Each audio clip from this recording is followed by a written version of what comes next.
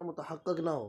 السلام علیکم ورحمۃ اللہ وبرکاتہ۔ شرح الفقہ الاکبر صفحہ نمبر 139۔ بسم اللہ الرحمن الرحیم۔ ولا نقول ان حسناتنا مقبولۃ وسیئاتنا مغفورۃ کقول المرجئۃ۔ فرماتے ہیں اور ہم یہ عقیدہ نہیں رکھتے ہیں کہ ہماری نیکیاں قبول ہی کر لی جائیں گی اور ہماری برائیاں وہ بخش دی جائیں گی، جیسے کہ مرجیہ کا کہنا ہے۔ لیکن ہمارا یہ عقیدہ ہے من عمل حسنتاً بشرائطها خالیتاً عن العیوب المفسدہ والمعانی المبطلہ ولم یبطلها حتی خرج من الدنیا۔ تو ہمارا یہ عقیدہ ہے کہ جس نے کوئی نیک عمل کیا اس کے تمام شرائط کے ساتھ، اس حال میں کہ وہ یعنی ظاہری عیوب سے خالی ہو اور ان باطنی خرابیوں یعنی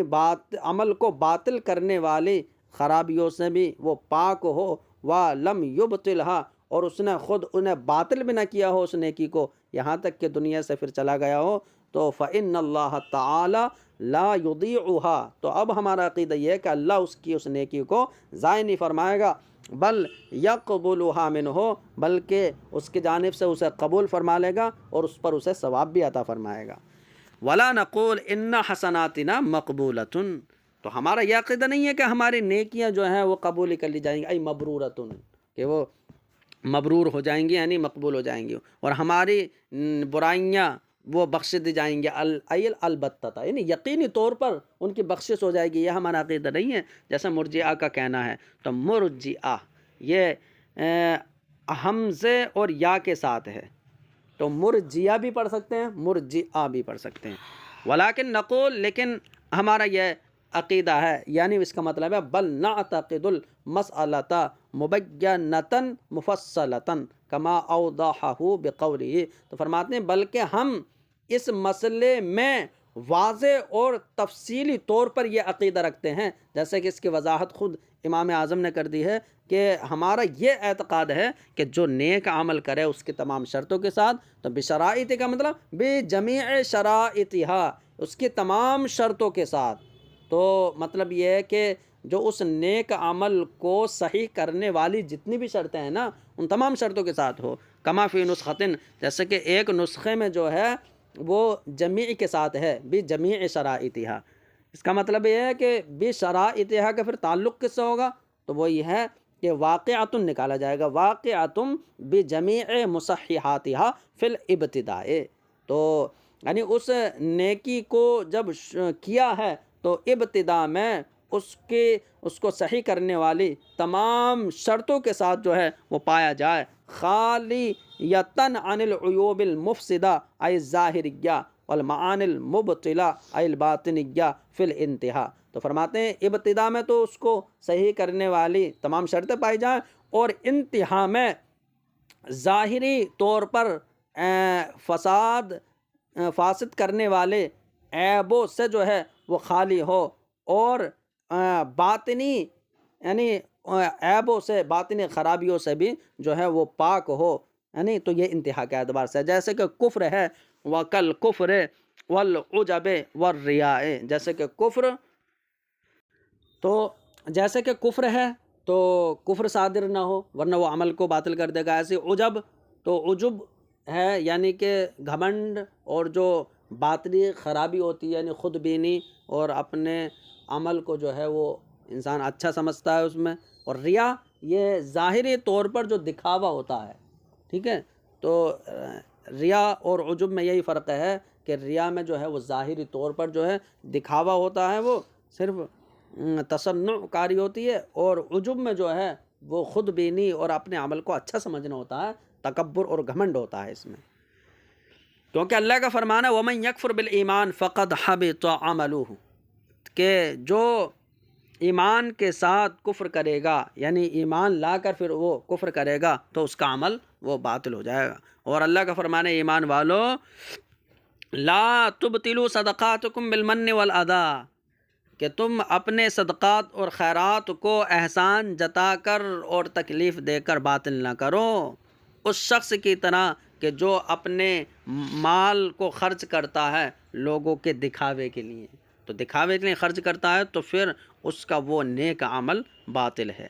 وَأَمَّا قَوْلُ الشَّارِحِ، اور رہا شارح کا یہ کہنا،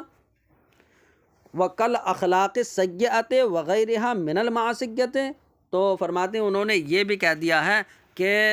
یعنی ظاہری عیوب اور باطنی خرابیوں سے جو ہے وہ پاک اور صاف ہو جو نیک عمل کیا ہے، تو انہوں نے اس میں یہ جو ہے شرح کر دیے، جیسے کہ اخلاق سیئہ،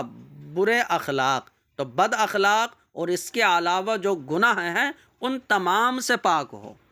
تو فرماتے ہیں کہ یہ جو انہوں نے شرح کی ہے اس جملے کی، یہ اہل سنت والجماعت کے مذہب پر نہیں ہے، یہ اس لیے کہ نیک عمل کیا ہے تو پھر اس کے علاوہ جو ہے وہ برے اخلاق یا گناہ تو ہو سکتے ہیں نا، لیکن اس نیک عمل کو باطل کرنے والی ظاہری اور باطنی خرابی نہیں پائی جانی چاہیے، یہ مراد ہے۔ تو فرماتے ہیں شارح کا یہ کہنا اہل سنت والجماعت کے مذہب پر نہیں ہے، بلکہ یہ تو معتزلہ کے قواعد کی بنیاد پر ہے کہ وہ یہ کہتے ہیں کہ نیک عمل کر لیا تو اب اگر کوئی بھی گناہ کر لے گا، گناہ کبیرہ، تو پھر وہ جو ہے ایمان سے خارج ہو جائے گا، تو یہ معتزلہ کے قواعد پر مبنی ہے۔ ثم ما ورد من نحو قوله علیہ الصلاۃ والسلام الحسد یاکل الحسنات کما تاکل النار الحطب، فرماتے ہیں پھر اللہ کے رسول صلی اللہ علیہ وسلم کا اس طرح کا فرمان وارد ہے کہ حسد جو ہے نیکیوں کو اس طرح کھاتا ہے جیسے کہ آگ لکڑی کو۔ تو فرماتے ہیں تو اس جیسی جو حدیث آئی ہے کہ حسد نیکیوں کو کھا جاتا، تو اس کا مطلب یہ ہے کہ انسان حسد کر رہا ہے تو یہ الگ گناہ ہے، اور اس کی نیکیاں جو ہیں تو وہ الگ ہیں، تو حسد نیکیوں کو برباد کیوں کر دے رہا ہے؟ تو یہ تو معتزلہ کے قاعدے کی بنیاد پر ہے۔ تو فرماتے ہیں اس میں تعویل ہے، تعویل یہ ہے کہ جب بندہ حسد کرتا ہے نا تو اکثر ایسا ہوتا ہے کہ حسد جو ہے وہ حاسد کو ابھارتا ہے کہ وہ محسود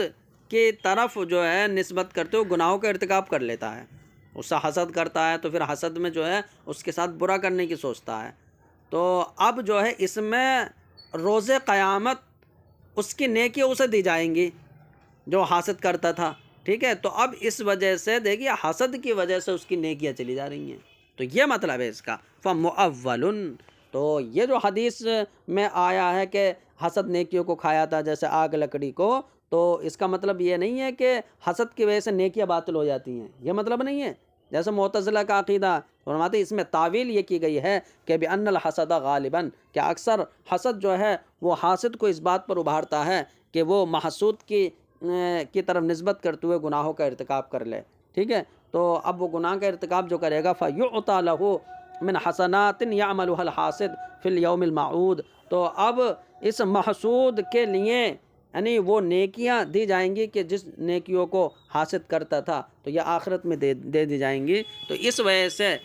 جو اس کے حسد نے نیکیوں کو خراب کر دیا تو وہ آخرت کے اعتبار سے وَلَمْ يُبْطِلْهَا، تو فرماتے ہیں اور اس نے اس نیکی کو خود باطل نہ کیا ہو، تو یہ بھی جو ہے ماقبل کی تائید ہے کہ وہ خرابی نہیں پائی جائے کہ جو باطل کر دیتی ہیں وہ خود باطل نہ کیا ہو، تو یہ ماقبل کی تائید اور ما بعد سے تعلق کی تائید ہے کہ اس نے باطل نہ کیا ہو یہاں تک کہ دنیا سے نکل جائے، حتیٰ خرج من الدنیا، یہاں تک کہ یہ دنیا سے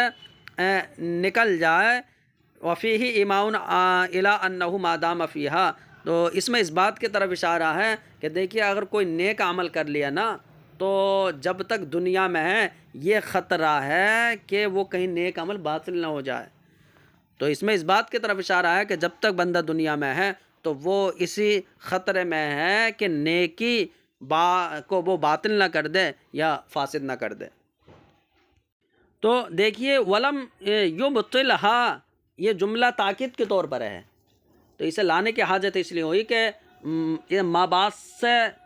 ربط اور تعلق بھی ہو جائے، ورنہ تو اگر یہ جملہ نہیں ہوتا اور یہ ہوتی کہ وہ ظاہری اور باطنی خرابیوں سے پاک ہو یہاں تک کہ دنیا سے نکل جائے تو ربط صحیح نہیں ہو پاتا، تو اس لیے کہ ان سے پاک ہو، اس کی نیکی پاک ہو اور پھر اس نے خود باطل نہ کیا ہو، اس لیے کہ اب یہاں پر حتیٰ خرج من الدنیا کا تعلق اس بندے سے ہے نا، اور پیچھے نیکی کا ذکر ہے کہ وہ نیکی ظاہری اور باطنی خرابیوں سے پاک ہو یہاں تک کہ وہ بندہ نکل جائے، تو ایک ربط نہیں ہو پاتا۔ جب انہوں نے یہ کہہ دیا کہ اس نے خود اس نیکی کو باطل نہ کیا ہو، اب یہ خود فاعل ہو گیا یہاں پر، یہاں تک کہ پھر خود دنیا سے جو ہے نکلا ہو، تو اب ربط ہو گیا۔ فإن اللہ تعالی لا یضیعها، یہاں تک کہ پھر دنیا سے اس حالت میں چلا گیا تو اب اللہ رب العزت اس کی اس نیکی کو ضائع نہیں فرمائے گا۔ تو باب افعال سے بھی پڑھ سکتے ہیں اور باب تفعیل سے بھی، تو بتخفیف الیاء لا یضیعها پڑھیں گے اور تجدید کے ساتھ لا یضیعها، وہ اس لیے کہ یعنی اللہ رب العزت کا فرمان ہے کہ اللہ ضائع نہیں فرماتا۔ اس پر کوئی دلیل؟ تو فرماتے آیت میں ہے کہ اللہ رب العزت نیکوکار کے اجر کو ضائع نہیں فرماتا ہے، اور دوسری آیت میں ہے کہ اللہ رب العزت ایمان والوں کا اجر ضائع نہیں فرماتا۔ بل یقبلها منہ بفضلہ وکرمہ، بلکہ اللہ کی شان تو یہ ہے کہ وہ اس نیکی کو بندے کی طرف سے قبول فرما لیتا ہے اپنے فضل و کرم سے، اور اسے اس پر ثواب بھی دیتا ہے اپنے وعدے اور حکم کے مطابق۔ فرماتے ہیں وما کان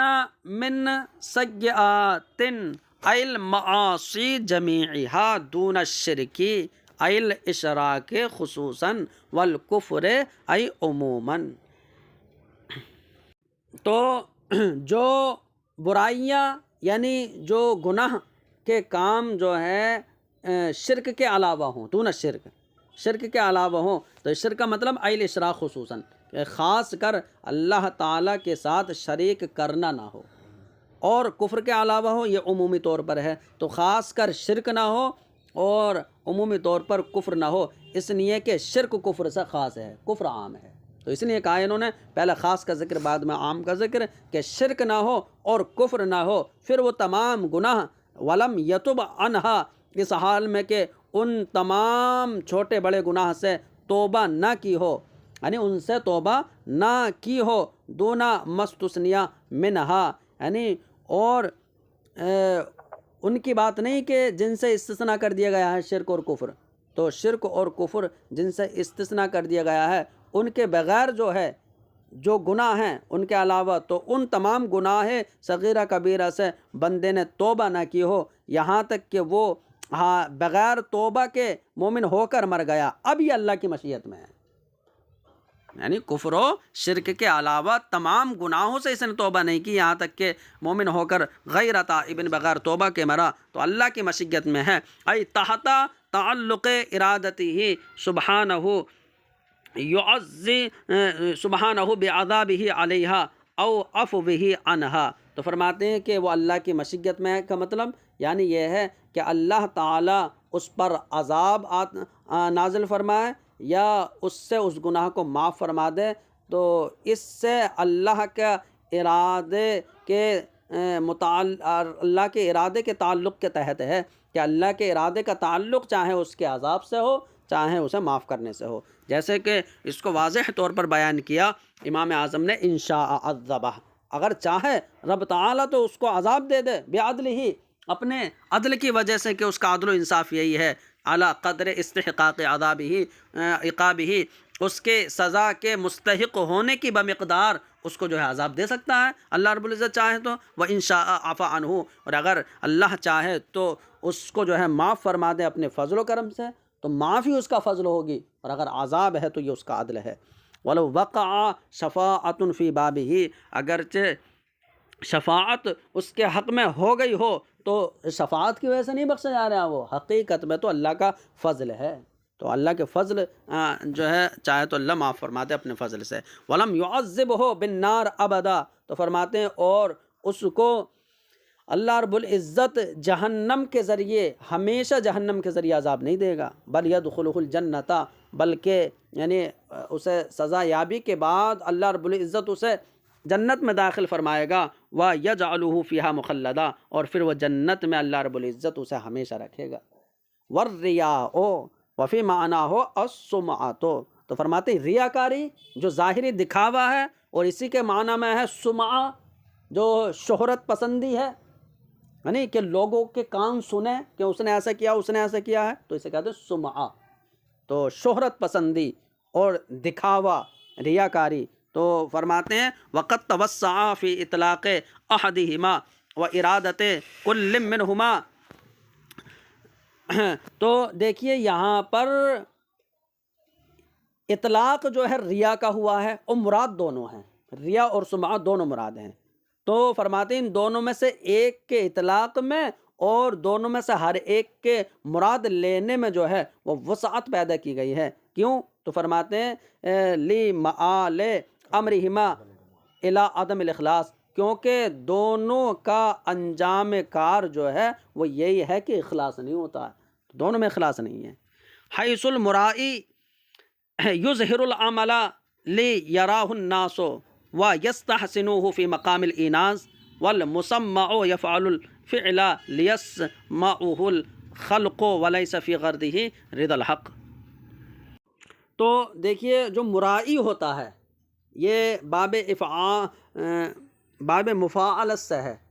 مرائی اسم فاعل مقابل کے وزن پر، کیونکہ جو دکھاوا کرنے والا ہوتا ہے نا تو وہ اپنے عمل کو ظاہر اس لیے کرتا ہے کہ لوگ دیکھیں اور وہ اس کو جو ہے وہ اچھا سمجھیں مقام اناس میں. یعنی پھر اسے مقام اناس کا مطلب اسے سکون محسوس ہوتا ہے، انسیت محسوس ہوتی ہے. تو انسیت محسوس اور سکون محسوس ہونے کے مقام میں لوگ اسے جو ہے وہ اچھا سمجھیں. والمسمع، لیکن جو شہرت پسند ہوتا ہے تو فرماتے ہیں کہ وہ اپنے فعل وہ اپنا کام اس لیے کرتا ہے کہ سارے لوگ جو ہے اسے سن لیں. اور فرماتے ولیس فی غرضہ رضا الحق، اور ان دونوں میں سے ہر ایک کے مقصد میں الخشنودی رب نہیں ہوتی ہے. اذا وقع فی عمل من الاعمال، تو بات یہ ہے کہ ریاکاری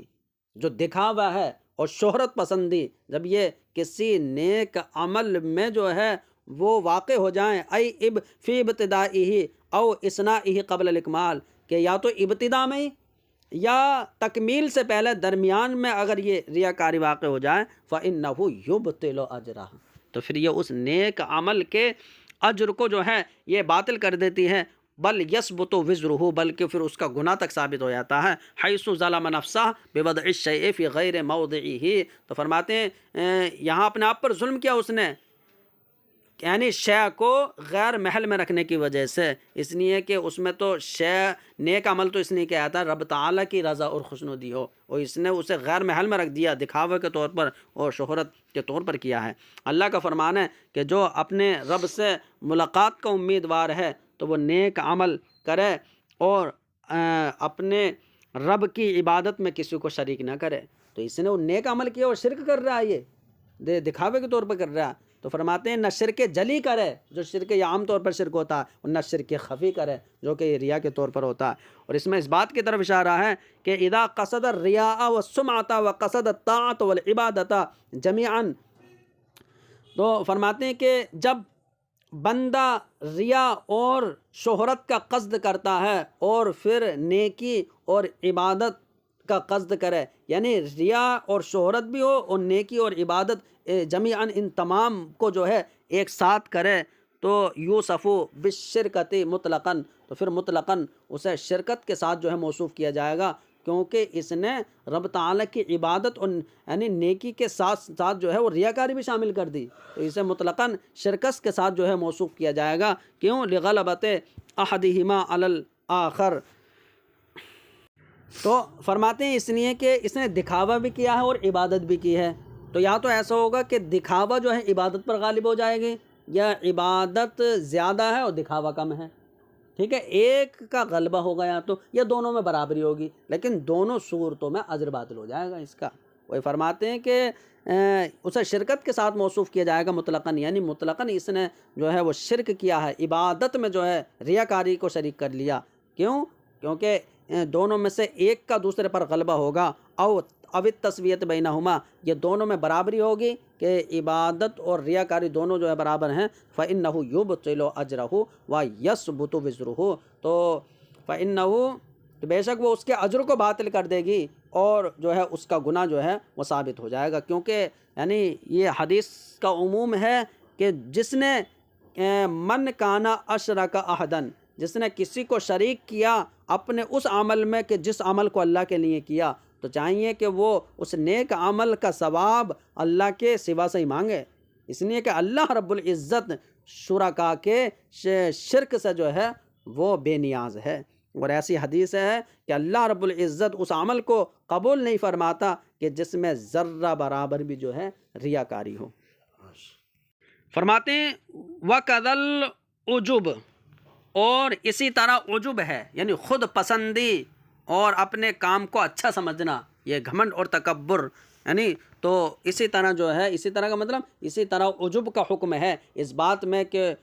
یبطل اجر العمل الذی وقع فیہ العجب، کہ عجب جو ہے یہ خود پسندی یہ اس عمل کے ثواب کو باطل کر دیتی ہے کہ جس میں جو ہے خود پسندی واقع ہو جائے۔ وفی اقتصار حکم الامام الاعظم رحمہ اللہ علی الریاء والعجب دون سائر الآثام، تو اشعار بان باقی السیئات لا تبطل الحسنات، فرماتے ہیں کہ دیکھیے امام اعظم رحمہ اللہ نے ریا اور عجب کا ذکر کیا بس، تو امام اعظم رحمہ اللہ کے ریا اور عجب پر حکم کو منحصر کرنے میں، یعنی دون سائر الآثام بنسبت دیگر گناہوں کے، تو تمام گناہوں کو چھوڑ کر صرف ان دونوں پر ہی حکم کو منحصر کیا ہے کہ یہی دونوں اجر کو باطل کرتے ہیں، تو انہی میں حکم کو منحصر کرنے میں یہ خبر مقدم ہو گیا، اشعار یہ مبتدا مؤخر ہے، تو منحصر کرنے میں انہی دونوں میں یہ اس بات کی خبر دینا ہے کہ باقی گناہ جو ہے نیکیوں کو باطل نہیں کرتے ہیں، بلکہ اللہ کا فرمان ہے ان الحسنات یذہبن السیئات، بلکہ اگر انسان نیکیاں کرے تو اس کے نیکیاں جو ہیں وہ ریاکاری اور عجب کے علاوہ جو گناہ ہوتے ہیں نا تو وہ گناہ کو ہی ختم کر دیتی ہے۔ وذالک للحدیث القدسی، اور یہ حدیث قدسی کی وجہ سے بھی جو ہے ثابت ہے کہ سبقت رحمتی غضبی، کہ اللہ نے فرمایا میری رحمت جو ہے وہ میری غضب پر سبقت لے آتی ہے، کہ بندہ اگر نیکی کرے تو جو ہے اللہ کی رحمت برستی ہے، پھر گناہ کی وجہ سے جو غضب ہو گیا تو وہ غضب جو ہے ختم ہو جاتا ہے۔ وقد خالفہ شارح حیث قال وَكَذَا غَيْرُهَا مِنَ الْأَخْلَاقِ السَّيِّئَةِ يُبْطِلُ أُجُورَ الْأَعْمَالِ الْحَسَنَةِ، فرماتے ہیں اور اس میں شارح نے مخالفت کی ہے کہ انہوں نے فقہ اکبر کی جو شرح کی ہے دوسرے حضرات نے، تو انہوں نے مخالفت کی کیونکہ انہوں نے یہ کہا کہ ریا اور عجب اور اسی طرح ان دونوں کے علاوہ جو برے اخلاق ہیں تو وہ بھی عمل کو باطل کر دیتے ہیں، تو فرماتے ہیں ایسے نہیں ہے، جو برے اخلاق ہیں تو یعنی وہ شامل نہیں ہیں، تو اس بات کی مخالفت شارح نے کی ہے کیونکہ انہوں نے کہا اسی طرح دوسرے ان دونوں کے علاوہ جو بد اخلاقیاں ہیں یبطل اجور الاعمال الحسنہ، تو وہ بھی نیک عمل کے اجر کو باطل کر دیتی ہیں۔ واستدل، اور انہوں نے استدلال حضور کے اس فرمان سے کر لیا، خمسن یفطرن، کہ 5 چیزیں ایسی ہیں کہ جو روزے دار کا جو ہے افطار کر دیتی ہیں، روزہ توڑ دیتی ہیں، وہ غیبت ہے، جھوٹ ہے، چغلی ہے، اور جھوٹی قسم کھا لینا ہے، اور شہوت کے ساتھ دیکھ لینا ہے۔ تو انہوں نے دیکھو یہ کہا کہ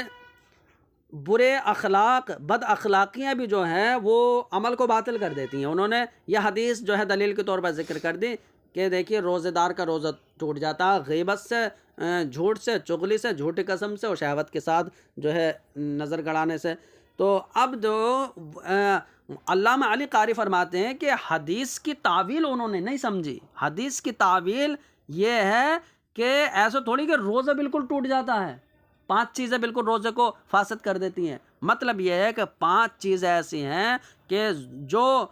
روزے کا جو کمال ہوتا ہے، جو اس کا جمال ہوتا ہے، اسے ختم کر دیتی ہیں، اصل روزہ کو باطل نہیں کرتی۔ تو اس کی تعویل فرماتے ولم یعرف تعویل الحدیث، انہوں نے حدیث کی تعویل نہیں سمجھی، اس لیے اس طور پر کہ حدیث سے مراد یہ ہے کہ انہ یفطر کمال الصوم، کہ 5 چیزیں ایسی ہیں کہ وہ روزے کے کمال کو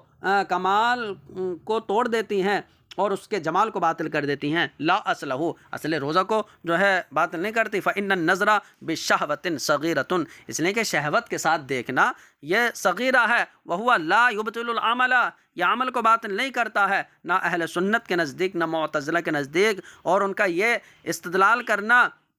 حدیث سے، اس سے بھی استدلال کیا انہوں نے، سوء الخلق یفسد العمل، کہ بد اخلاقی جو ہے عمل کو فاسد کر دیتی ہے، کما یفسد الخل الاصل، جیسے کہ سرکہ شہد کو، تو فرماتے ہیں فمدفوع واما استدلالہ، تو ان کا اس حدیث سے استدلال کرنا یہ مبتدا ہو گیا، فمدفوع یہ خبر ہے، تو یہ اس بات سے دفع ہے کہ اس حدیث میں بھی تعویل ہے بأن سوء خلقہ من ریائہ وعجبہ، کہ یہاں سوء خلق یعنی بد اخلاقی سے مراد وہی تو دو چیزیں ہیں جس کا ذکر ہم نے کر دیا، تو اس میں یہ تعویل ہے کہ بأن سوء خلقہ، کہ انسان کی بد اخلاقی یعنی کہ اس کی ریاکاری اور خود پسندی یفسد ثواب عملی، اس کے عمل کے ثواب کو فاسد کر دیتی ہیں۔ تو اب ہم نے جو ہے نا اس حدیث کی تعویل یہ کی تاکہ جو ہے اوپر وہ بات صحیح ہو جائے کہ ان دونوں کے علاوہ جو دیگر گناہ ہیں تو وہ تو نیکیوں کی وجہ سے ختم ہو سکتے ہیں، لیکن یہ دو ایسے ہیں کہ حدیث میں ہے کہ ریاکاری کو، جیسا کہ علامہ علی قاری نے فرمایا کہ حدیث میں یہ آیا کہ جو ریا کے طور پر عمل کرے تو وہ اللہ کے علاوہ سے ثواب کا امیدوار رہے، تو اس کا دلیلوں میں تطبیق تبھی ہو پائے گی جب کہ یہاں بد اخلاقی سے مراد یہ دو چیزیں لی جائیں، ٹھیک ہے۔ وہ فرماتے ہیں کہ جمع بین الادلتی، تو اس لیے یعنی ان کا استدلال مدفوع ہے کیونکہ حدیث میں تعویل ہے، اور یہ تعویل ہم نے کیوں کیا ہے جمع بین الادلتی، تاکہ تمام دلیلوں میں جو ہے تطبیق ہو جائے، جیسے کہ یہی اہل سنت والجماعت کے مذہب کا تقاضا ہے۔ فرماتے ہیں والآیات للانبیاء والکرامات للاولیاء حق، تو آیات کا مطلب خوارق العادات المسمات بالمعجزات، تو وہ امور جو خلاف عادت ہیں کہ جن کو معجزہ کہا جاتا ہے، تو وہ معجزات انبیاء علیہم الصلاۃ والسلام کے لیے اور کرامات اولیاء کے لیے جو ہیں وہ حق ہیں۔ اولیاء کے لیے حق ہے کا مطلب یعنی کہ کتاب و سنت سے ثابت ہیں۔ ولا عبرت بمخالفت المعتزلۃ واہل البدعۃ، اور فرماتے ہیں معتزلہ اور بدعتیوں نے جو اختلاف کیا ہے تو انہوں نے کرامت کا انکار کر دیا، تو فرماتے ہیں کہ معتزلہ اور بدعتیوں نے جو کرامت کے انکار میں اختلاف کیا ہے اس کا کوئی اعتبار نہیں ہے ان کا، کیوں؟ کیونکہ کتاب و سنت سے جو چیز ثابت ہو اس میں اگر کوئی انکار کرے تو اس کے انکار کا اعتبار نہیں ہوتا ہے۔ والفرق بینہما، اور فرماتے ہیں معجزہ و کرامت میں فرق کیا ہے؟ فرق یہ ہے کہ ان المعجزۃ امر خارق للعادہ کاحیاء میت واعدام جبل علی وفق التحدی، تو فرماتے ہیں کہ معجزہ وہ وفق التحدی، ادھر سے ترجمہ لگاتے ہیں، وہ چیلنج کے طور پر، چیلنج کے مطابق، جیسے پہاڑ کو ختم کر دینا، مردے کو زندہ کر دینا، چیلنج کے مطابق خلاف عادت جو ہے وہ امر کا صادر ہونا ہے، معجزہ ہے وہ خلاف عادت امر ہے، جو چیلنج کے مطابق جو ہے وہ صادر ہو، اور چیلنج کے مطابق جو ہے خلاف عادت امر کا صادر ہونا یہ معجزہ ہے، تو چیلنج جو ہے وہ ہوا دعوی رسالتی، وہ رسالت کا دعویٰ ہوتا ہے کہ میں جو ہے اللہ کا رسول اور نبی ہوں۔ فخرج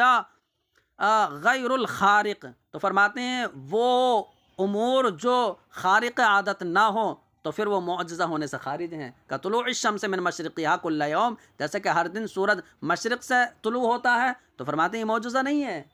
کیونکہ یہ عادت کے موافق ہے۔ والخارق علی خلافہ، اور فرماتے ہیں کہ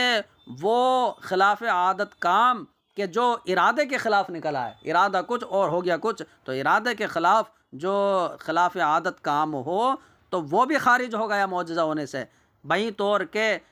یدعی نطق طفل بتصدیقہ، کہ اپنی تصدیق میں بچے کے بولنے کا دعویٰ کرے، فینطق بتکذیبہ، اور بچہ تکذیب میں بولے جیسے کہ دجال کے لیے ہوگا، تو فرماتے ہیں یہ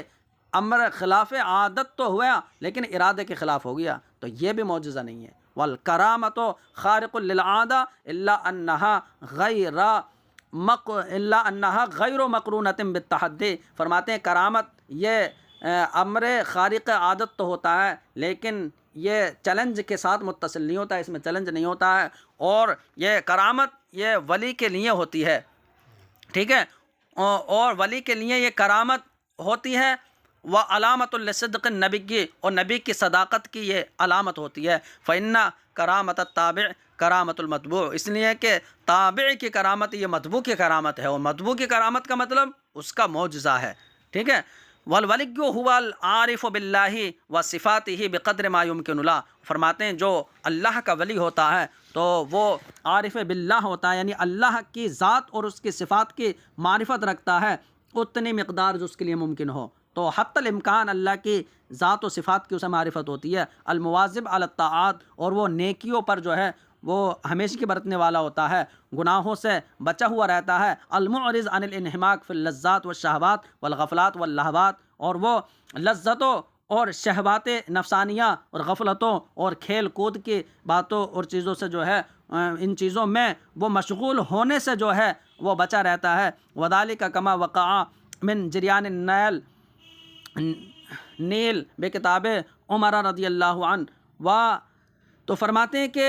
کرامت کی مثال، تو کرامت جس طرح کے دریائے نیل کا حضرت عمر کے خط سے جاری ہو جانا،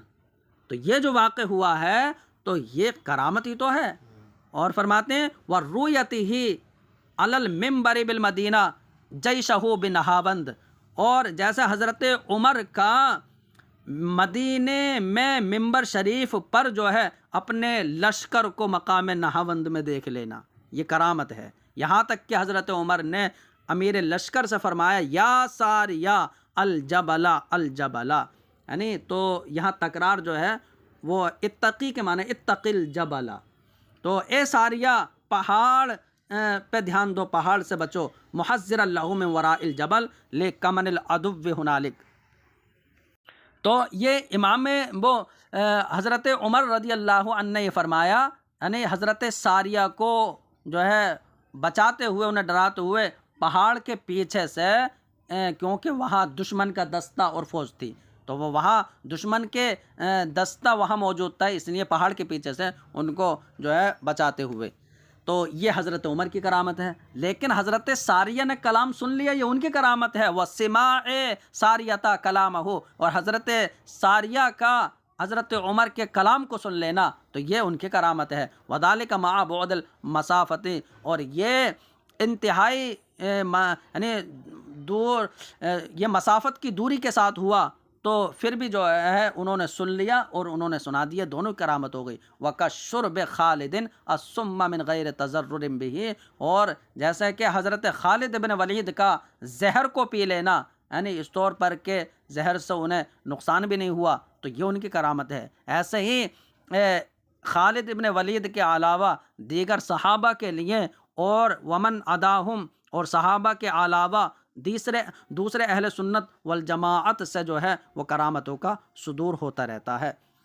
جو اللہ کے نیک بندے ہوتے ہیں۔ وخالفہم المعتزلہ، اور ان کی مخالفت جو ہے معتزلہ نے کی ہے، کیونکہ انہوں نے اپنے درمیان اس درجے کا مشاہدہ نہیں کیا، انہوں نے دیکھا ہی نہیں کہ کرامت ہوتی کیا ہے، کیونکہ اس میں کوئی کرامت والا تھا ہی نہیں۔ وہ رہے شیعہ تو فرماتے ہیں کہ انہوں نے کرامتوں کو خاص کر دیا، فخصوا الکرامات بالائمۃ الاثنی عشرہ، تو انہوں نے 12 اماموں کے ساتھ کرامتوں کو خاص کر دیا ہے، لیکن صرف 12 کے ساتھ خصوصیت ہو تو خصوصیت پر دلیل بھی نہیں ہے، اس لیے معتزلہ اور شیعہ نے جو ہے اہل سنت کی مخالفت کی ہے۔ وخالفہم، تو معتزلہ اور شیعہ نے اہل سنت کی مخالفت کی ہے۔